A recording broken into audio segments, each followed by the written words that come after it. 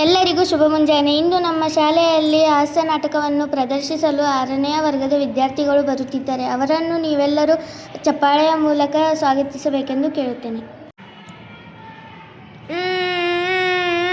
ಮಹಾರಾಜರೇ, ಗಂಧರ್ವ ಸೇನರು ತೀರಿಕೊಂಡರು.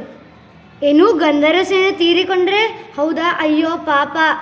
ಇಡೀ ರಾಜ್ಯದಲ್ಲಿ 4 ದಿನಗಳ ಕಾಲ ಶೋಕಾಚರಣೆಯನ್ನು ಮಾಡಬೇಕು. ಯಾರಲ್ಲಿ ಬನ್ನಿ. ಅಪ್ಪಣೆ ಪ್ರಭು. ಈಗಲೇ ವೈದ್ಯರನ್ನು ಕರೆಸಿ ಮಂತ್ರಿನನ್ನು ಉಪಚರಿಸಿ. ಮಹಾರಾಜರೇ, ಏನಾಯಿತು? ಮಂತ್ರಿನನ್ನು ಉಪಚರಿಸಿ.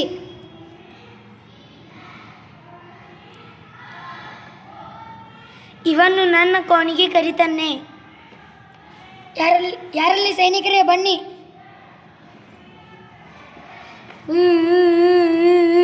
ಏನಾಯ್ತು ಮಹಾರಾಜರೇ? ಏಕೆ ಹೇಳ್ತಿದ್ದೀರಿ? ಗಂಧರ್ವ ಸೇನೆ ತೀರಿಕೊಂಡರೆ. ಏನು, ಗಂಧರ್ವ ಸೇನರು ತೀರಿಕೊಂಡರು?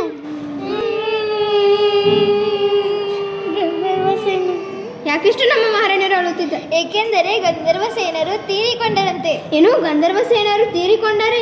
ಯಾರಿವರು ಗಂಧರ್ವ ಸೇನಾ? ಅದು ನನಗೂ ಗೊತ್ತಿಲ್ಲ. ಈಗಲೇ ನಾನು ಮಹಾರಾಜರನ್ನು ಕೇಳುತ್ತೇನೆ. ಮಹಾರಾಜರೇ, ಈ ಗಂಧರ್ವ ಸೇನೆ ಯಾರು? ಅದು ನನಗೂ ಗೊತ್ತಿಲ್ಲ. ನಾನು ಈಗ ಮಂತ್ರಿಯನ್ನು ಕೇಳುತ್ತೇನೆ ಮತ್ತು ಹೇಳುತ್ತೇನೆ. ಯಾರಲ್ಲಿ ಮಂತ್ರಿಗಳೇ ಅಪ್ಪನೇ ಮಹಾಪ್ರಭು, ಅದು ನನಗೂ ಗೊತ್ತಿಲ್ಲ. ಹೋಗಿ ಸೇನಾಪಡೆಯ ಮುಖ್ಯಸ್ಥನ್ನು ಕೇಳಿಕೊಂಡು ಬಾ.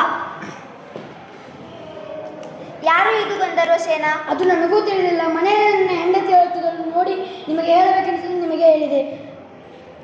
ಬಾ, ನಿನ್ನ ಹೆಂಡತಿನ ಕೇಳೋಣ.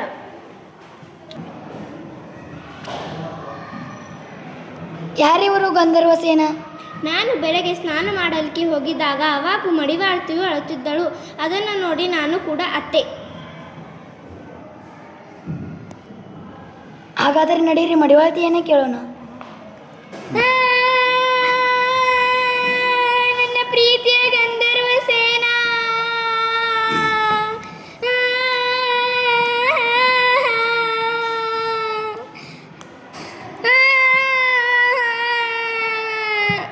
ಸ್ವಾಮಿ, ನನಗೆ ಅದೃಷ್ಟವಿಲ್ಲ.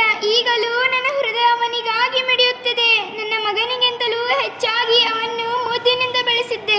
ನಮ್ಮ ಎಲ್ಲ ವ್ಯವಹಾರಗಳನ್ನು ನೋಡಿಕೊಳ್ಳುತ್ತಿದ್ದ. ಸ್ವಾಮಿ, ನಿನ್ನೆ ರಾತ್ರಿ ಕಣ್ಣು ಮುಚ್ಚಿಬಿಟ್ಟ. ನನ್ನ ಹೊಟ್ಟೆ ಮೇಲೆ ಕಲ್ಲು ಹಾಕಿಬಿಟ್ಟ. ಅವನು ಬೇರೆ ಯಾರೂ ಅಲ್ಲ, ಅವನು ನನ್ನ ಪ್ರೀತಿಯ ಕತ್ತೆ.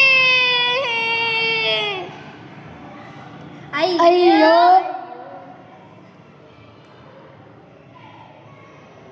ಮಹಾರಾಜರೇ, ಗಂಧರ್ವ ಸೇನಾ ಬೇರೆ ಯಾರು ಅಲ್ಲ, ಅದು ಮಡಿವಾಳ್ತಿಯ ಪ್ರೀತಿಯ ಕತ್ತೆ. ಏನು, ಮಡಿವಾಳ್ತಿಯ ಪ್ರೀತಿಯ ಕತ್ತೆ? ನೀನು ಮೂರ್ಖ, ನನಗೂ ಮೂರ್ಖ ಮಾಡಿದೆಯಲ್ಲ.